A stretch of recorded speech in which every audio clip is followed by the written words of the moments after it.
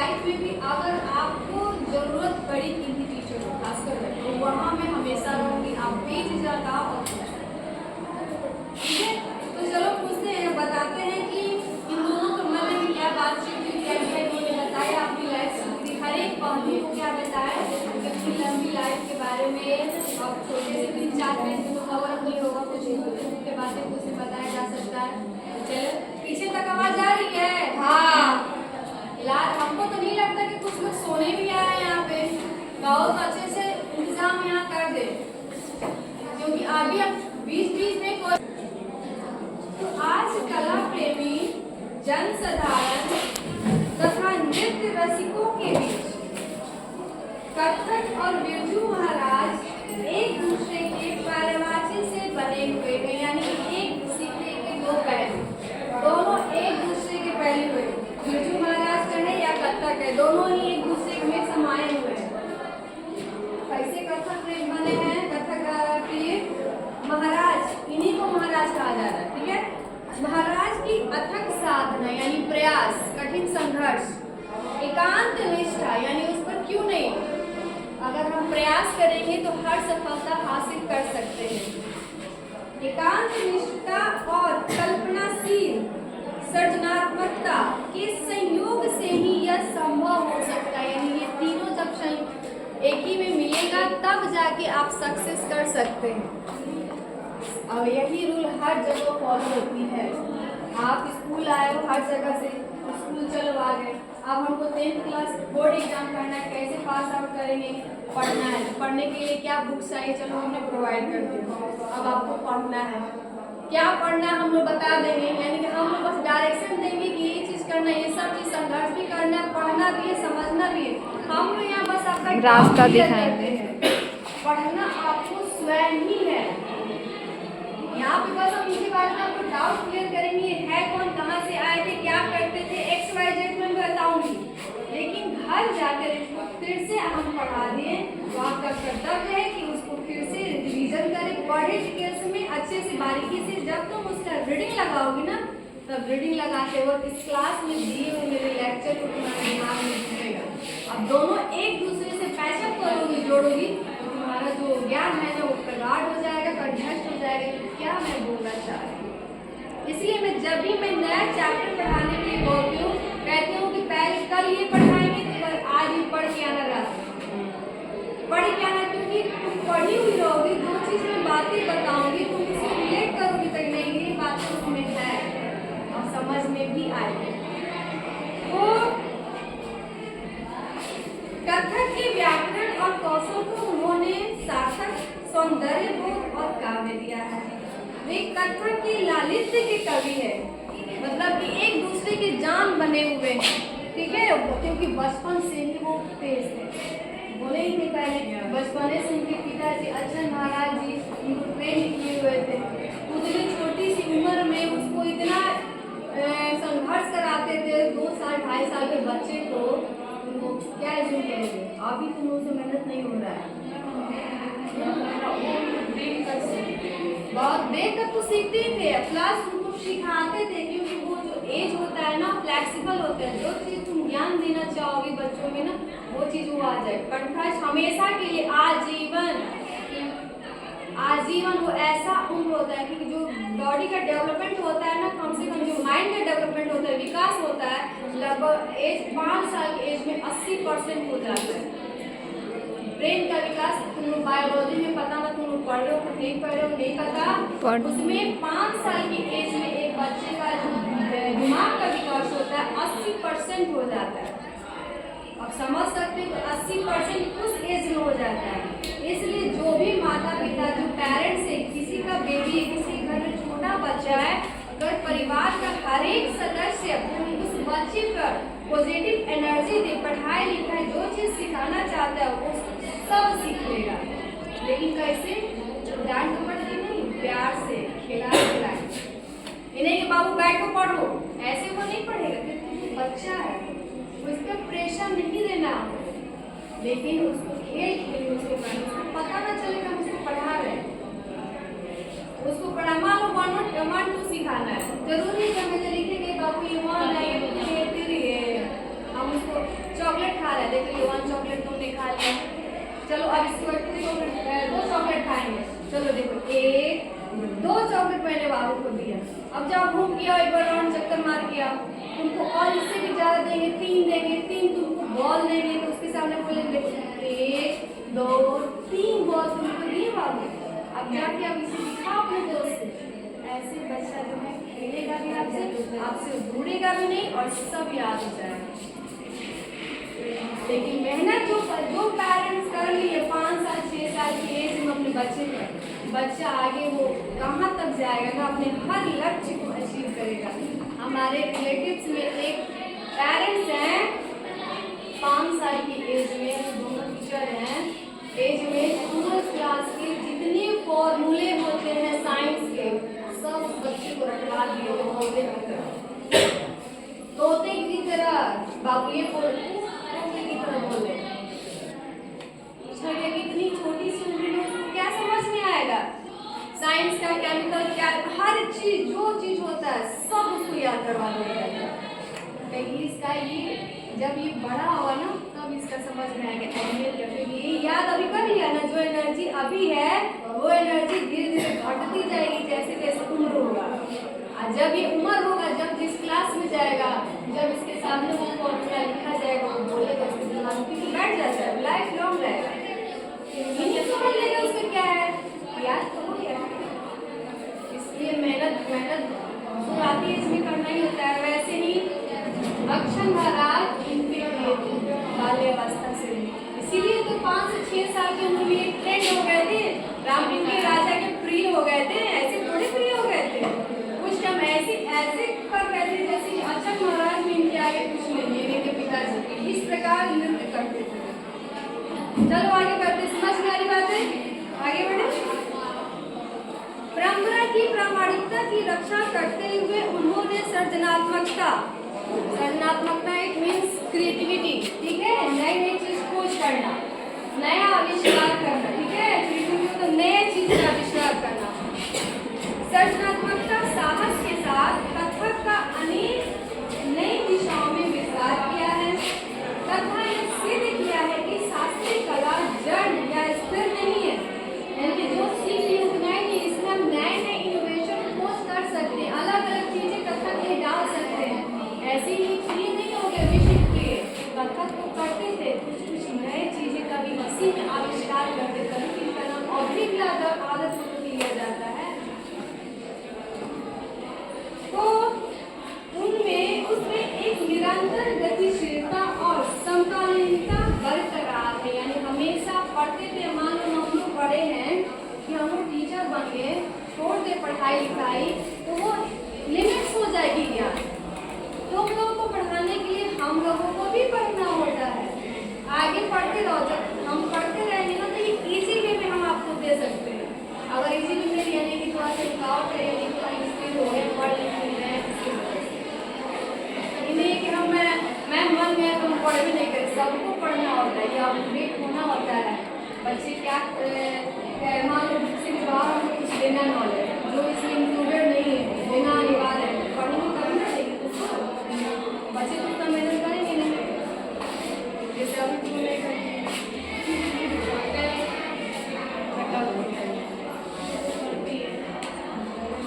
अच्छी बात है, आगे बढ़े। लखनऊ घराने के वंशज और 7वीं पीढ़ी के इस कलाकार में मानो सातों पीढ़ियों का सौंदर्य केंद्रीभूत हो गए, सेंटर में आ गए हैं इनके अंदर योगी महाराज जी। जितने 7वीं पीढ़ी के वंशज के संतान है सभी की क्वालिटी इनमें आ गई, और ये लखनऊ घराने के वंशज से। अब इनका स्ट्रक्चर बता रहे हैं रश्मि वाजपेयी, क्योंकि ये मैं नहीं बता रही, उनकी शिष्या बता रही है कि वो दिखते कैसे, क्योंकि वो बताए हैं इनसे। बिरजू महाराज सौम्य, हंसमुख, मिलनसार व्यक्तित्व और सहज निष्कपट लगभग बच्चे का भोलापन ये बिरजू महाराज को देखकर इनकी महान प्रतिभा का अंदाजा लगाना कठिन है।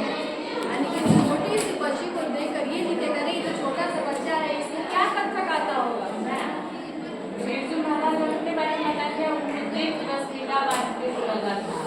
वो इंटरव्यू लेती, मतलब एक तरफ बैठे थे बिरजू महाराज और दूसरी तरफ बैठी रश्मि वाजपेयी, तो पूरे स्टार्टिंग से बताएं कि अपना लाइफ के बारे में जो बचपन की बात है, इनसे भी तो माँ से पूछे होंगे बिरजू महाराज, तो पूरा अपना स्ट्रक्चर इनको बताएं और ये इनको लिख कर आपको बताएं, जैसे जैसे बोले वैसे वैसे वो लिखती हैं।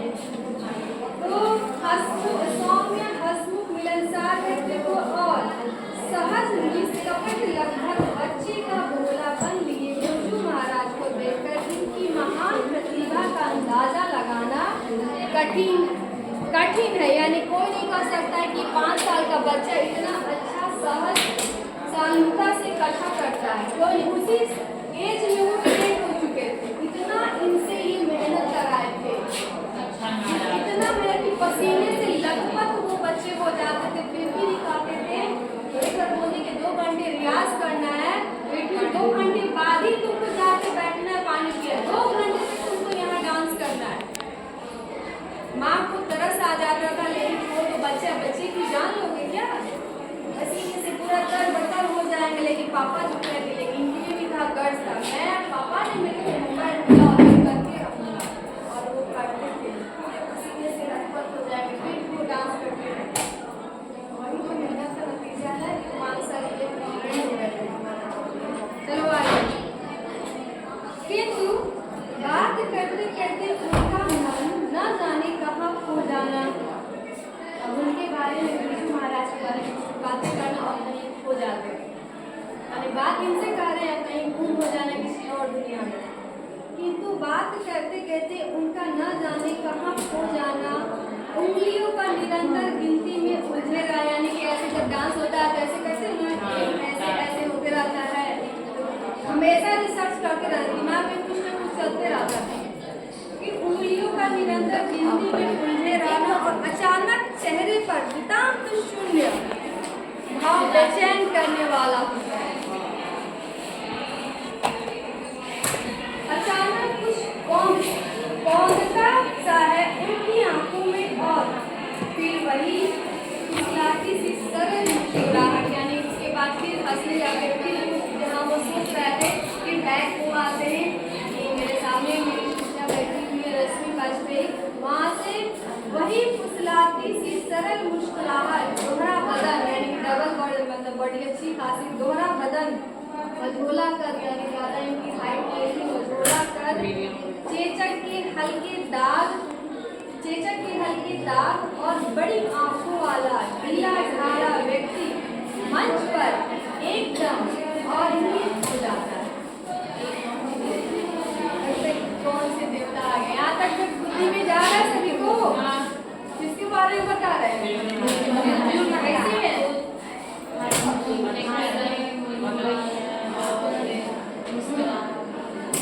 चलो आगे।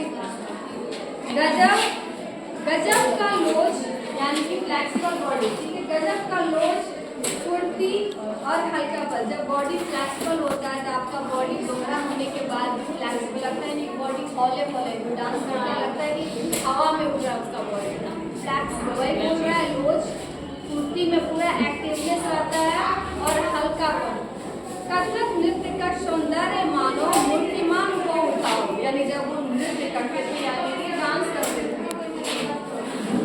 यहाँ बिरजू महाराज की सुयोग्य शिष्या, मशहूर नृत्यांगना और रंगकर्म की पत्रिका नटरंग की संपादक, यानी नटरंग की, जैसे कि गोधनी भाग है, वैसे ही रंगकर्म की एक पत्रिका निकलती थी जिसका नाम है नटरंग, उसकी ये संपादक है। इनकी स्टोरी उसमें इस नटरंग में छापनी थी, इसलिए वो इंटरव्यू ले रही थी।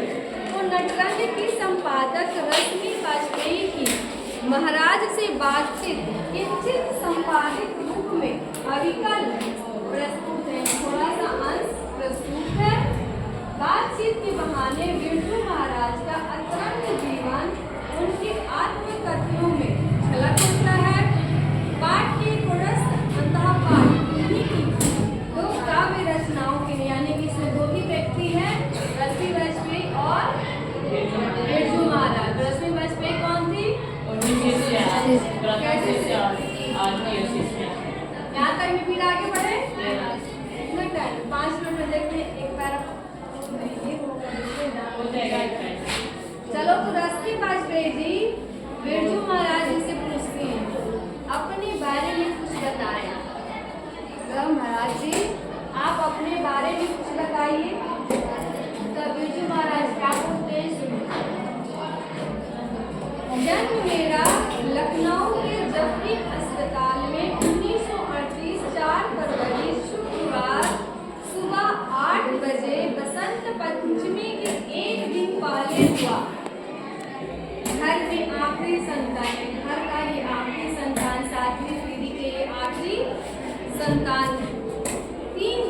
के बाद हुए थे।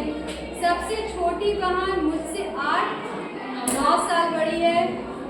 अम्मा तब 28 के लगभग रही होगी। अब 28 से तुम अंदाजा लगा लो, ठीक है? छोटी बहन मुझसे 8-9 साल बड़ी है। मान लो 1938 को जन्म हुआ है इनका, ठीक? 8-9 साल मान लो, तो 38 में 9 घटा 1900। हाँ 1900 घटाते जाओ बैग। अम्मा तब 28 के लगभग रही होंगी। बहनों का जन्म रामपुर में, क्योंकि बाबूजी यहाँ 22 साल रहे थे, यानी रामपुर में अच्छन महाराज जी 22 साल तक रहे थे। बड़ी बहन लगभग 15 साल बड़ी। उस समय बाबूजी रायगढ़ आदि राजाओं के यहाँ भी गए। मैं 1.5-2 साल का था, यानी उस टाइम मैं 1.5 से 2 साल का था। उस समय विभिन्न राजा कुछ समय के लिए कलाकारों को मांग लिया करते थे। मेरे यहाँ 1 महीने को 10 दिन अलग अलग राजाओं के यहाँ कलाकारों को अपने मनोरंजन के लिए बुलाया करते थे। पटियाला भी गए थे पहले। रायगढ़ 2 साल रहे होंगे। रामपुर फिर लौट कर आए, जहाँ वो 22 साल रहे थे। रामपुर काफी अरसे रहे, काफी टाइम तक रहे। जब 5-6 साल के थे तो अक्सर नवाब याद कर लिया करते थे, जो कि मैंने बताया था ना। 5 से 6 साल के रामपुर के नवाब जब याद करते थे, जब ये जाते थे। हलकारे आ गए तो जाना ही पड़ता। हलकारे मतलब बुलावा। हलकारे मतलब बुलावा।